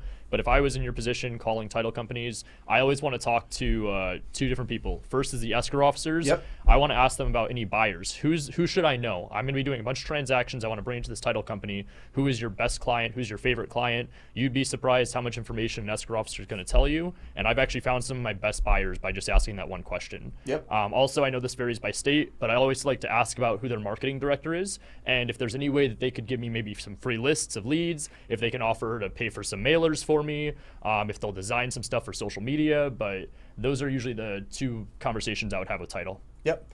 So Orlando, right off the bat, you're going to want to get a referral to somebody that is the best in your area at working with wholesalers and investors. Yep. Which escrow officer is the best? So you literally just put feelers out on social media groups, investor groups, Yep. asking who's the best, and then call up that escrow officer. And the conversation that I want you to have is, I'm out. I'm being really proactive every single day. I'd love to bring you a ton of business. I wanted to introduce myself and kind of see what makes it a really smooth transaction for you. Do you have a specific contract that you guys prefer to use? What's the best way to communicate? Is it email or is it phone? Typically, in my experience, escrow officers love their email. Right. Oh my gosh, Right. they're like email junkies. For sure. I assume that they have dreams about email. I bet they do. I No, bet you're they do. probably right, especially Yeah. the ones that are doing enough escrows. Yeah. So and then just have that, just build that relationship, and then ask them about who's the best buyers. Who should Right. you know? And maybe they won't give it up the first time that you're having that conversation, Right. but as you start building a relationship and successfully putting escrows into their company, then they'll start opening up the I also the don't know if you Rolodex. had said this already, but make sure that they're fluent with the investment game. Assignments, double Of course. closes, like Yeah. you have to make sure that they're So just aware of what they're doing. Post to a real estate investing group. Yep. People point you in the right direction, or just ask somebody in your market that's doing the work Right. who they use. Yep. Josh Daniels. All right. Hey Brent, you like SMS from Batch? Yeah. You know, obviously, text messaging is getting pinched. The deliverability because of the cell phone carriers. You can't just go absolutely crazy. Right. Which was fun. Right. But it's I think it's better to have really good quality. And yeah, we use batchleads.io. Use that coupon code TTP, and they give you, what is it? They give you a free 500 free texts. Yeah, that's it. So check that out, Josh Daniels, my brother or cousin, maybe. I don't know. We'll see. Could be an uncle. No. Awesome. Michael, when you pull a list, how many should you pull on average? 5K, 10K? So with us, Yep. we've been pulling a lot smaller lists recently. Okay. We actually just pulled back on all of our texting. We cut that off about 6-7 months ago. Yep. I just saw the trend going down a little bit. Yep. But we're still cold calling. So when we pull a list, our average is about 3,000 to 5,000 actually. So Awesome. We're very specific. Awesome. So, Michael, here's the deal. Something that you want to, the calculation is this. You can call between, let's just keep it simple at 50. You can call 50 addresses an hour, okay? And so just, you got to look at how many hours a month are you going to be making a call. I only want you going through your list 2 times, 3 if you have to. But 2 times is preferred. After the second time calling through, your contact rate drops off a cliff, and I want you to be speaking to enough people to get enough opportunities. So I want you to just use that calculation. If you're calling for 10 hours a week times 50 addresses, that's 500. You could go through that twice. You're going to need 1,000 addresses that month. Okay, so just 50 addresses an hour, 2 times through. Use that, and then you can determine how many you need to be pulling. All right? Brent, is that 50 addresses an hour hand dialing or using a triple dialer? That's with the dialer. Okay. Yeah, if you're hand dialing, I mean, you cut that by, a third, essentially, because a dialer calls 3. So cut that by a third. But get a dialer. Stop messing around. Right? Right. Yep. Thinkerbell. Ha ha! Play on words there. Got a hot lead. Not sure what is a fair assignment fee. $1 million question, right? So it just honestly depends on who you're selling to. Is it a buy and hold investor? Is it a fix and flipper? 9 out of 10 times for us, it's going to be with a fix and flipper. What matters most to us is figuring out what our buyer is looking for with spread. So on our flips, we're looking for a minimum of $20,000 to $30,000 profit. You've got to factor that into your costs when you're breaking down your numbers. As long as they have enough money to make what they're looking for, it doesn't matter what your assignment fee is. I've had some that were $70,000. I've had some that were $1,500. So. calculation. You want me to break? Listen, figure. I'm going to be breaking down the calculations for all of this next week's episode, so do not miss that. I've done it a few times on here, and I think it's a little bit confusing. But there is your assignment fee. Basically, don't overthink it. Put it out there. And one or two things is going to happen. If you put it out too low, you're going to get a ton of people wanting that property. Let all those come in. If you're seeing that there's a lot of action on your deal, just pause a little bit, take a breath, see what the best offer is. It doesn't necessarily mean the highest offer, but what the best offer is from a reputable buyer that is going to make this smooth and easy for you. And that's going to help determine that. If you put it out too high, nobody's going to respond, and then you're going to have to put it back out there at a renegotiated price, not a price discount, not a price drop, a renegotiated price. All right, so don't overthink it. Put wherever you're at, put 10, 15, 20,000 on it. See what your cash buyers tell you. It's going to be a great, that's going to be your education. Again, remember, it's the action plus the results is your education, not education plus action equals results. That's all flipped backwards. So just put it out there, take the action, see what the results are, and that's going to educate you on that assignment fee. I'll break it down more into really, really, really clear detail next Wednesday. Love it. All right. Jose. Okay, so from Jose, I have a lead that tells me she wants to sell, but only after her non-paying relative tenants find a house to go to. What can I do? That's an interesting one, right? Gotta love it. I run across these all the time. Really? Oh my gosh. Nothing is better than a property that the tenant is a family member that lives for free. Right. I mean, it is just like, wow. So what do you do? So a couple different things. So number one is you need to have a conversation with that tenant. All right. You need to be able to see what their plans are. You know, once your family member sells this property, the time has come, they're ready to sell it. They're taking advantage of this market right now. You can understand that, right, tenant? Yeah, that makes sense. I figured they'd sell it at some point, right? As opposed to, hey, your aunt is selling the property. You need to hit the bricks, man. You need to get out of here, go find somewhere else to live. Hey, listen, your family is taking advantage of an incredible market right now. I'm sure you can understand that. And so when they sell it, where do you plan on moving to? I'd imagine that the biggest kickback is probably that the tenant doesn't want to move because their situation's amazing. So what do you do in the situation? I don't know like if it's that, amazing, but it's free. I was gonna say free is better than having to pay, right? Yeah. So if they're in that situation, what would you say to the person if they didn't want to move? Well, your family member's making the decision. They own the property. Messy, they're gonna take advantage of the market right now. They're selling the property. So our job is to help you to transition if you need that help. Where would you move to next? Asking the question. Yeah. There you go. And so a lot of it gets dragged out with, I don't have anywhere to live. Right. I don't know what to do, all of these things. But I found 100% of the time they do have somewhere to move and they do have somewhere to go. They just don't want to. They're kind of stuck in there. So it's our job to be able to communicate with them, the process, and give them enough time to be able to move out. And so sometimes it's cash for keys. Yep. You know, sometimes you have to be able to help them move their stuff or give them part of the deal for their deposit where somewhere else to live. But if they're not paying, typically they just find another relative's house or somebody that they're in a relationship with. They move in with them or whatever else. So it seems to find a way. It's not so much convincing the tenant they have to move. It's getting the property owner to be in an emotional position to make that decision. Rip the Band-Aid. Exactly. Yeah. To get them to get on their own 2 feet and to get out of that property. And that I see as the biggest hurdle. So the question there is, well, what will happen if they don't want to leave? What will happen, Mr. or Mrs. Seller? Mm-hmm. Do you see what would be the issue?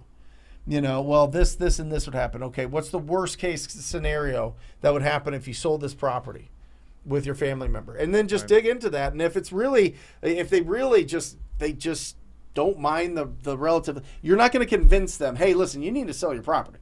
Your family member's not respecting you. They're not respecting the property. You go that way, you're going to cause a lot of friction, and you're going to get into family family matters that you should not be jumping into. All right, so stay all the way away from that and ask the question: what's the worst that can happen? What do you expect will happen when you tell your family member that you're selling the property? And then just listen, and then from there, just help them make it as smooth as possible. But it all comes down to the owner. Jose's coming at us hard today. I love it. When marketing your property to buyers, is the price already included in your assignment fee? Absolutely. Yeah. Yep. Yeah. So what you're doing is you're putting it out there as the total. So if you locked it up for $150,000, you're going to put that out at $175,000 or whatever the price, whatever the amount makes sense. You're going to put it out there. Yeah. So It's a total amount. The actual purchase price that they're going to be purchasing that property for is what's on the original contract, on the original agreement. But the total amount that they're going to have to bring in will include your assignment fee, and that'll be all taken care of through title. Title will pay you. Or a closing attorney, depending on what state. Jennifer. All right. Go for it. What does it mean when a property is showing notice of trustee sale several times over the past 3 years? What do we got? So it just depends on, well, basically it's going to auction. So right. Yeah, I would say that where I haven't really played too much in the auction field the past year is that with everything going on moratorium, I was just kind of taking my foot off the gas. Yep. But yeah, that house looks like it's going to be going to an auction. I would try to dig in a little bit deeper with the mortgage company and figure out where, when, and if it actually is going through. Yep. But the fact that it says over the past 3 years is why I'm a little hesitant, because why hasn't it gone to sale yet? Right. So Jennifer, that's great that it's in your list. It's great that you see that it's been there. Have a conversation with the owner. See what's going on. You got to see what is on the other. You already know that they're not paying their mortgage. Sorry. Yeah. So a notice of trustee sale is basically a notice that says that the bank is going to foreclose on that property. So maybe that's where the confusion is. It's basically a pre-foreclosure property. Right. A public notice goes out, and that shows that this property is going to be auctioned if they don't either renegotiate with the bank and do some sort of loan modification, or catch up their payments. Catch up all their payments and all the penalties and everything else. So, and if the owner isn't willing to tell you information, because what I find when I was targeting pre-foreclosures pretty heavily is that they don't want to admit the situation. They're going to say, oh no, I got it taken care of, I got this figured out. That's where I'd say if they're not helping, you could always go to the mortgage company and try to dig a little bit deeper. But like you had said too, I mean, I might just move on to the next one at this point. Love it. And Jennifer, just call them. Just see what the situation is, and if they have equity, go after it. Awesome. Lewis. What is coaching like compared to being told to squat up? So squatting up is being in the community with the guys that are in the trenches with you. It's about finding ways to collaborate rather than compete with each other, where coaching is typically a service that you'd pay to somebody that's currently already doing what you're looking for, and they're providing resources, systems, and more importantly, just guidance. Squatting up is the people you surround yourself with. Coaching gets you more results. That's it. That's a good way to put it. It's a coaching in anything, whether it's a personal trainer, whether it's a golf coach, whether it's a business coach, whether it's a real estate coach. Right. It is designed to get you more results faster. So with that comes accountability. With that comes time management. With that becomes instruction. With that comes support. With that comes expertise and experience. Yep. So that's the difference. I feel like it's the difference between working out with your buddies at the gym and getting a trainer. Yeah. You know. It is. Yeah. Yep. Awesome. Why don't you step back, see what's going on for the last half hour, get the vibe for this. Everybody give Ryan a little bit. Everybody in here. Come on, Alejandro. There we go. Yeah. Thank you, Ryan. So go check out, see behind the scenes there, see what we're dealing with there. And we are rocking and rolling. Jose, hey, TTB family, how can I find investor-friendly realtors? Well, number one is just call up. Go through... let me get into the middle.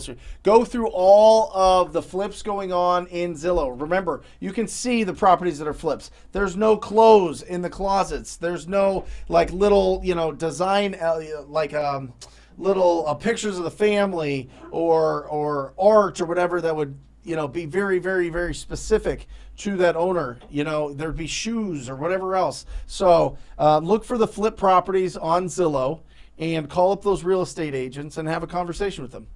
They're either the investor themselves or they're investor-friendly realtors. So there you go.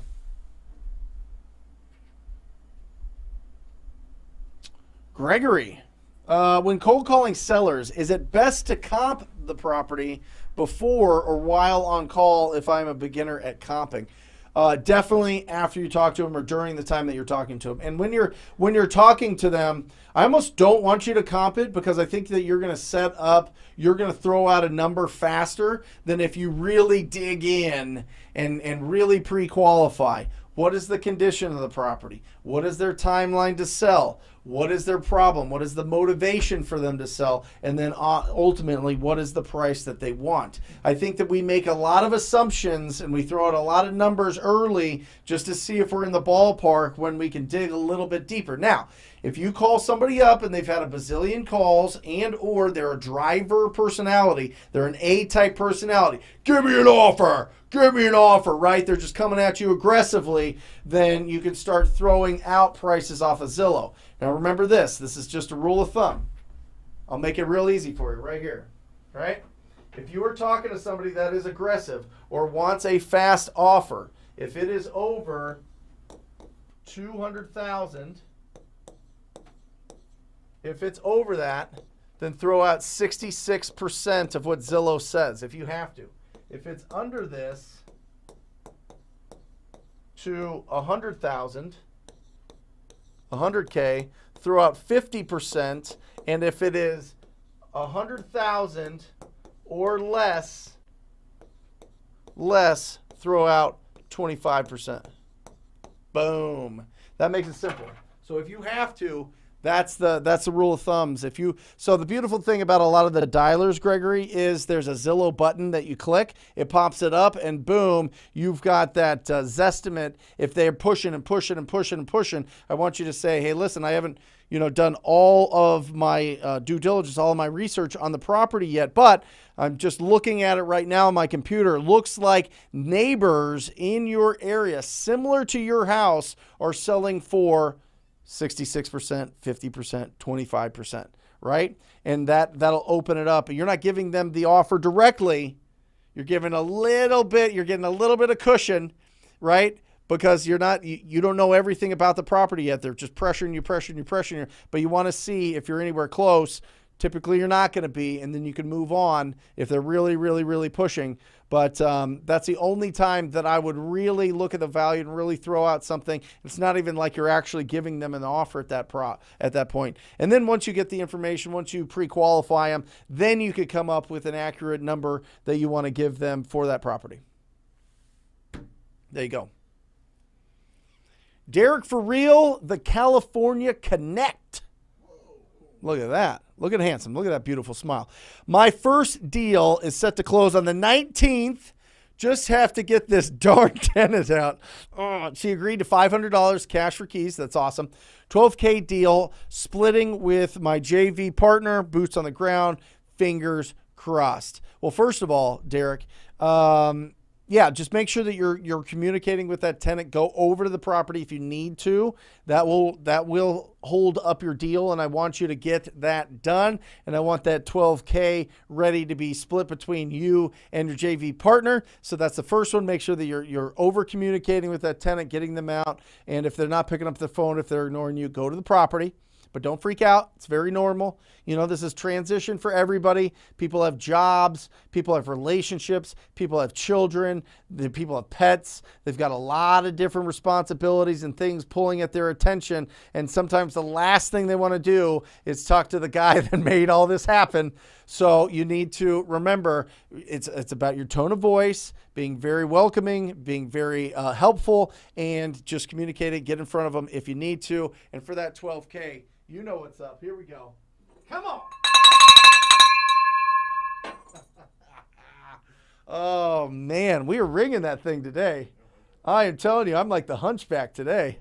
That is great. We got to get up. I'm telling. I've been waiting, man. Don't shake your head. I've been waiting. Listen, for 6 months for you to have that bell drop down from the ceiling, and yet, where are we? Where are we? New studio. Wait till the new studio. Wait, I'll tell you what. We are getting a new studio. Here we go. All right, let's comp a property, Yoli. San Bernardino. Okay, 2 bed, 1 bath, 950 square feet. Asking $295, no inside pics, outdated roof, built up carport. I'm wondering, and we're going to be able to find this out quick here, Yoli, is this on the market? When you say that there are no inside pics, is this something that maybe you're looking at that's on the market? It's not. Okay. Jesse has already done the research and probably already come up with a price for this. But let's take a look. All right. So 2 bed, 1 bath. Again, remember, 1 bath is one of those things that restricts. You got to always comp a 1 bath with a 1 bath. All right. Because 2 baths, open it up. The bigger the pool of buyers, the bigger the demand. The bigger the demand, the more the price. So let's take a look at this. Look at this. First thing I want to notice, non-owner, okay, Yoli, I hear what you're saying. You probably looked at these pictures if they'll pop up. I don't know if it's, if the pictures are going to, yeah, that's annoying to watch. So anyway, oh boy. Is our internet doing the thing, or is my team on Propstream right now? All right, well, let's look at this. It looks like this thing was bought for $47,000 in 2010. I am telling you, the amount of people that made a fortune in 2009 and 2010 buying properties at the very bottom of the market is just absolutely incredible to me. So, oh, there it is. What are you talking about? It's not on the market. It's on the market. It's showing active on the market at 305. All right, Ryan, you got to get back here. You're our on-market expert here, brother. What are you doing? Stop messing around. Let's do it. I kick you off the show. Now I'm bringing you back on the Let's do show. it. Let's do So it. she's got this property's at 305. Okay. All right. What's up? This is showing it just came off the market on the 2nd. Just came off the market. Okay, maybe it's Oh, nice try. maybe it's off the market 9 days ago. Okay, great. So on the market, off the market, coming off the market. What does this tell you? What's your instincts? What's your spidey senses telling us right now? Spidey sense is that I'd be talking to the agent asking if they were under contract with cash offers. Yep. If they were, it sounds to me like it was wholesalers that locked it up too high and they couldn't wholesale the property. Okay. Why do you think they'd cancel it after 34 days? So if it was on market, off market, in that total amount of 34 days, it would have been under contract multiple times. Yep. It's probably that the property needs more repairs or rehab than what obviously the wholesalers are expecting. Okay. But let's see, can we pull up some comps and see what's around there? We will in Okay. 1 second. You got it. I want to see if we can get some pictures of this because it is not in. You've got it? Okay, can you put that on the main screen? Sure. All right. So it looks like this property needs some love. Yep. It's not showing up on Zillow, which is very interesting. So maybe this agent doesn't have the give Zillow the permission. Right. The yeah. permission to go on here. So here's the picture. Here's the pictures. Okay. Interesting. Got it. Looks like the property is surrounded by some properties that need a lot of love. Right. So we're going to have some really nice comping going on here. But if it was on the market, how do you approach this to get a deal off the MLS? So the first thing where I think a lot of people go wrong is that they are just about let's submit as many offers as possible. With Right. us, once we find a prospective property like this, I'm going to call the agent first. Yep. I always just introduce myself as an investor. I don't necessarily lead in saying that I'm an agent until I'm able to build a little bit of rapport. The minute I start mentioning that I'm an agent, they're a little bit turned off and they're hesitant to give as much information. Yep. But when you're talking to the agent, you want to treat it just like you're talking to an acquisition wholesaler, or even if you're talking directly to the seller. You know that the seller is obviously motivated to sell the property because it's listed on the MLS. So you want to figure out as much information about it as possible. Ask what major repairs have been done in the last 12 months. Ask if they were in your position, what rehab would they start with? Is it flooring? Is it paint? How old is the roof? How old is the AC unit? You can see on the roof here that it is an AC unit. It's not a wall unit, so that's at least an added bonus. But it doesn't necessarily look like it's the most newer. Based on, like you had said too, with the neighborhood, it looks like there's not any remodeled houses that are around us. So that's also not an appeal. I would just say that once you're able to get most of those questions answered, you're able to turn around and justify why your price is going to be where it's at.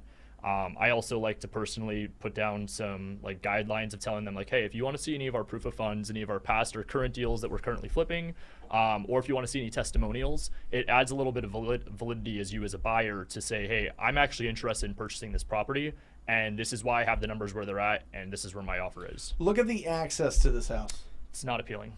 Why appealing not? at all. Why isn't it appealing? Doesn't- Tell me why this is not appealing. How do you get your car there? It's one way in, one way out. Right. So this is what's considered a flag lot. They're called that because this is the flagpole, Yep. and here's the flag, right? And the issue with this is it's not as desirable because it's just kind of tucked behind somebody else. You have to drive through this little driveway here to get here. Not only that, but you have all these people sharing your driveway. Right. You've got all of this. You're surrounded by multifamily here, which is interesting. That So might you've be got. a commercial or a hotel or something. Listen, right next to this looks like an apartment to me. you. Yeah. Oh, this looks either apartment or commercial. Apartments. Yep. Apartments. Yep. Apartments. And so Your you've one-way got ins some right other there. things. But what I'll say here is this. I don't even need to comp this. A couple different things. Matt, will you put this up real quick? Will you put the screen, the Realtor.com? When did Realtor.com start putting open door offers on it? Oh, they're playing that game. Interesting. They're playing that Zillow game. Interesting. Look at that. So open doors hitting you with the 258 offer. That's their calculation. What you actually net on that is about 30, 40 grand under that. The Yep. net on that's going to be about 230, 220 to 230 Yep. maybe. Yep. So that's with open door looking at that. Not to say that they'd give them that offer, but that's really interesting. Realtors I getting. mean, do we see a lot with the iBuyers too? And Yep. they're still overpaying. So Yeah. I mean, that 220, 230, in my opinion, is probably even more than what I'd be willing to offer. Yep. And so take that into consideration too. Yeah. So let's finish this out. Yep. I'm looking at a couple different things. One, the lot is not preferable. Okay, so that's going to take a hit. Two is finding a comparable of a property that is a flag lot is going to be difficult because there's not a lot of them over there. You Right. see some really interesting comps here, but if you look at the one baths, That 170 is probably going to be one that's going to be the most comparable. in my it's a opinion. con. It's That's a condo, though, condo. too. That's not going It's to play. No. But let's look at. Yeah, lots of threes. Let's look at the most recent here. It'd probably be right here, 3-1 on Dogwood. See, this one, it's got access right off the bat. It's a 3-1. It's a Yeah. little bit smaller. Looks like it's probably in pretty decent condition. So that puts it at 345. So this one, because it's a flag lot, I'd knock off probably 45 to 50,000. I'm gonna knock off 20%. I'm going to knock off 70 grand off of this. I'm going to put this ARV at 280 fixed up. So let's look at the numbers here real quick. We've got ARV 280,000. And by the way, just like Ryan was saying, if you've got, call up that real estate agent and see if they had offers on this and see why they took it off the market. But I would assume that it didn't sell on the market because it was overpriced. Okay. All right, 280. And then we're going to times this by 0.94. We're going to take that 6% off the top for the closing costs and for real estate agent fees. Once somebody goes to sell this, they're all going to put that in there. And then you're going to take off 10% here for the profit that a fix and flipper is going to be looking for. So that's 28,000 there. So Mike, where am I at? If I take 94,000, 235.2. Huh? 235.2. 235.2. Okay. And then we've got how big is this? 950 square feet. So then we're going to minus, I'd say in this condition, it doesn't look too terribly bad. What would you budget for somebody that really knows what they're doing? 35. 35? Yeah, 35, 40. in California? It would just depend on 35,000 I'd base it off the roof and the AC. for rehab. Yeah. New roof. It looks like a new roof. So, Mike, where does that put us at here? 200. There you go. 200 wholesale price. So you got to be like 180 or below. What's it listed at? 290. No, 305. It's 200. Yeah. Yeah, they have it at 305. So that's what we're looking at here. I'm just telling you, there's going to be awkwardness because of that lot. There's going to be awkwardness because it's a one bathroom. And so you got to get that really, I think that they're way overpriced. Way overpriced. That's probably why it didn't sell. But talk to the agent. I could be totally wrong. That's just my instincts kicking in here. But maybe there's nothing else on the market over there that you can buy. So supply and demand has a factor there. Or maybe somebody that owns those multifamily or owns the house in front wants to buy it. You never know. But it was on the market, didn't sell. Apparently it's not on the market anymore. And there's a reason for that. But remember this. This is what I love about this deal. And the reason I love that you brought that up. Look at what they bought it for. Look at what they bought it for. $47,000. All right, look at this. All right. First of all, this, whenever you have somebody that says they're a capital fund, they ain't selling at a discount. Nope. Nope. Anybody that has their company name and owns real estate and it says capital fund, and by the way, that's capital fund 12. They have 11 other capital funds, if not more, of money. Listen, there has to be motivation.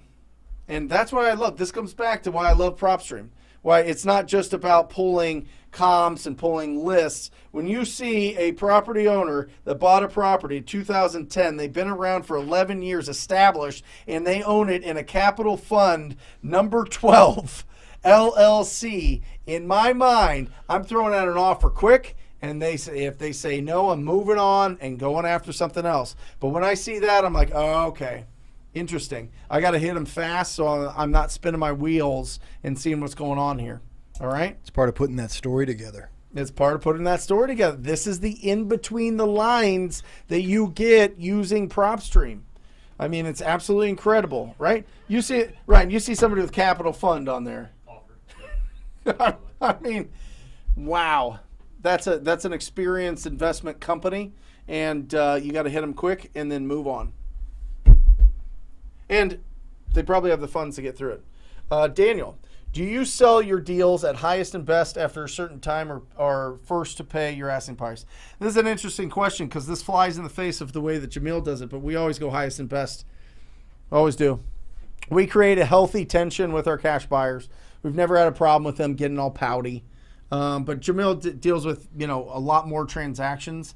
And so maybe just to make it smoother so that they can move on to the next one in the chamber and keep everybody happy and keep people coming back and establish as their cash buyers. But no, with us, we push it out highest and best.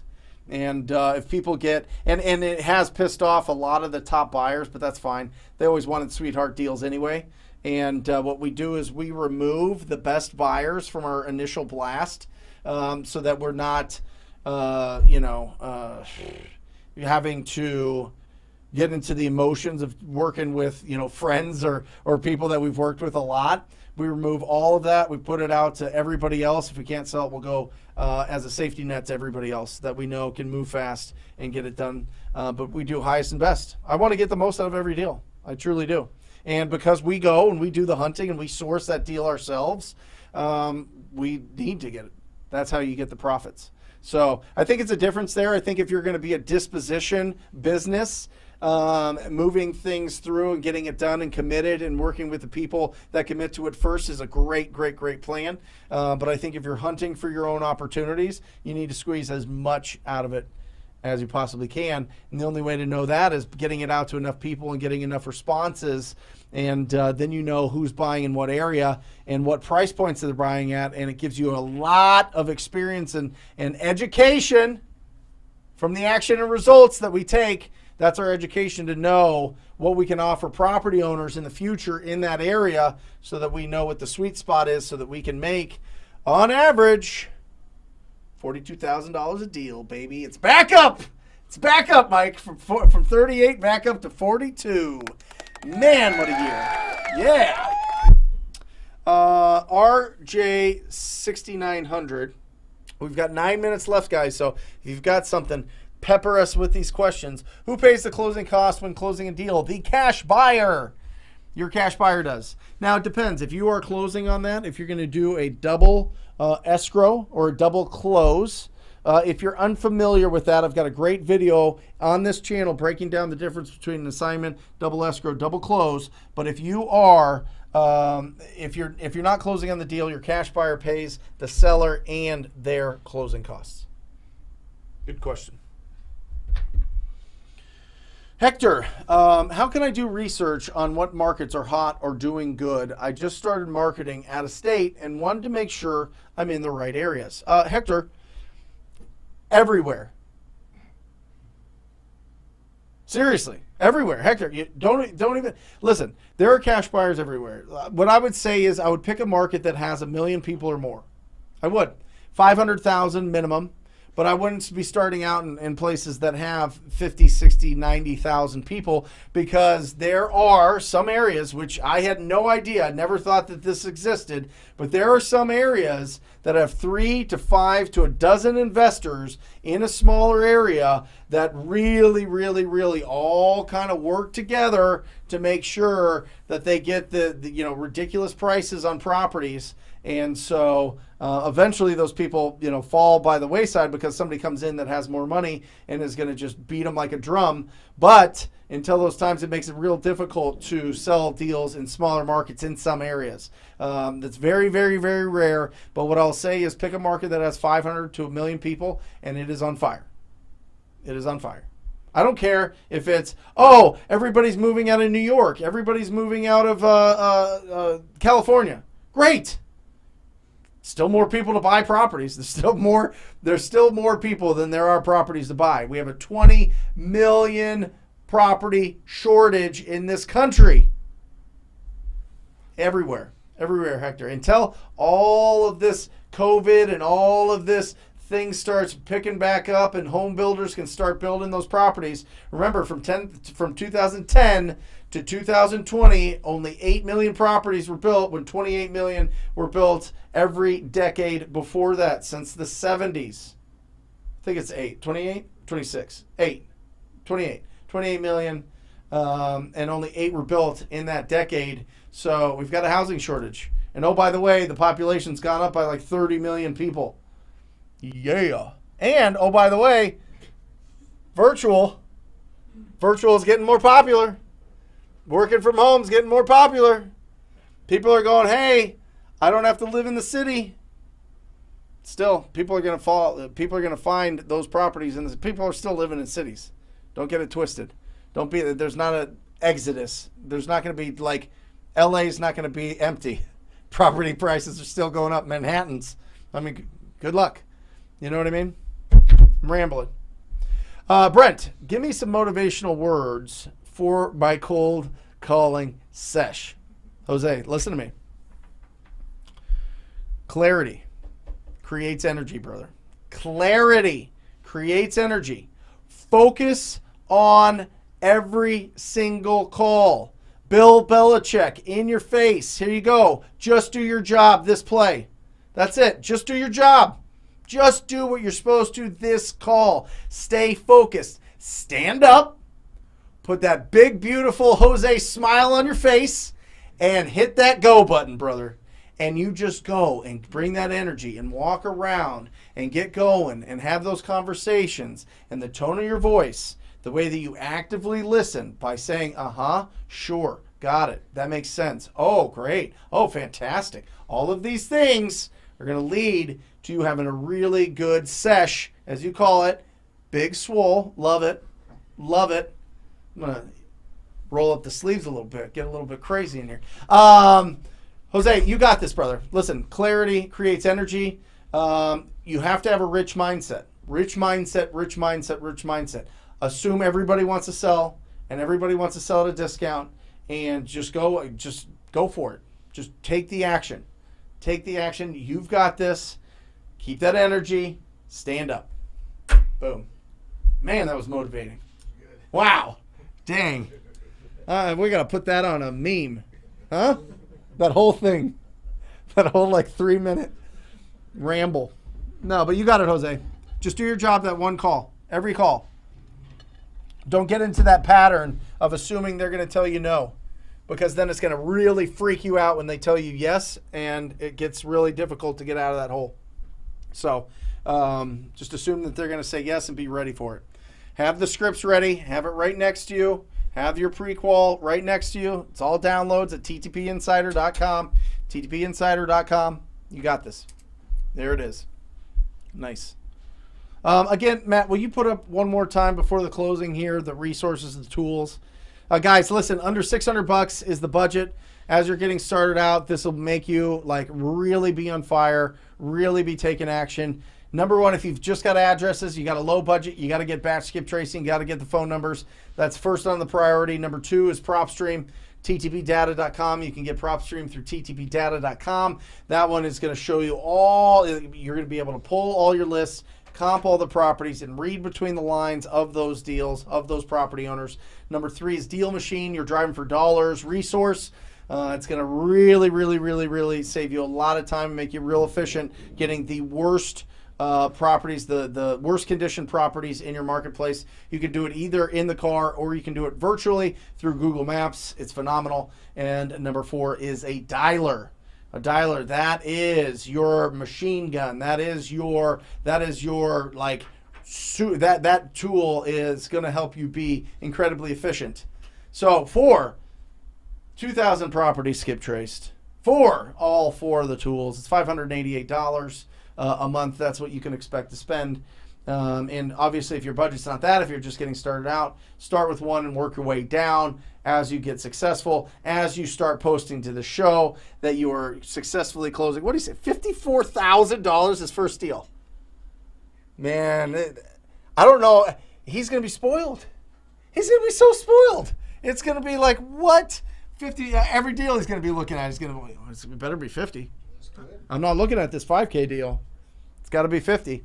I'm telling you, listen, your mental antennas are out. You look for massive deals, you will find it.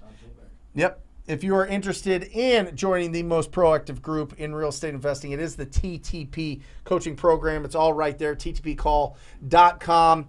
I work with you personally. I get your cell phone number. You get my cell phone number. We talk.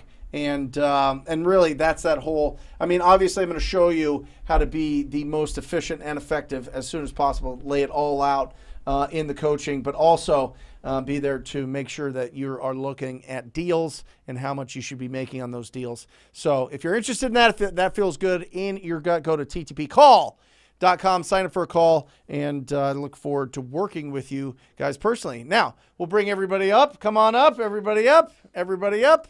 The team, come on. Everybody's here on behalf of Matt and Daniel and Michael and Jesse and Ryan and Albert. Hey, we want to say thank you for joining us. We'll see you next week. We're going to be breaking down deal or no deal, really looking at the numbers and what to offer on every single deal that you run across. Do not miss it. I love you. We're strange people. We want different things than most people, and I want to give you all those tools so that you can have that financial freedom, because we're built different. We're just built different. We have a different brain, and I want to celebrate that, and I want to recognize that, and I want to encourage that, and I want to help you to be able to take that beautiful brain and turn that into a bright and financially free future. Till next time. Love you guys. See ya.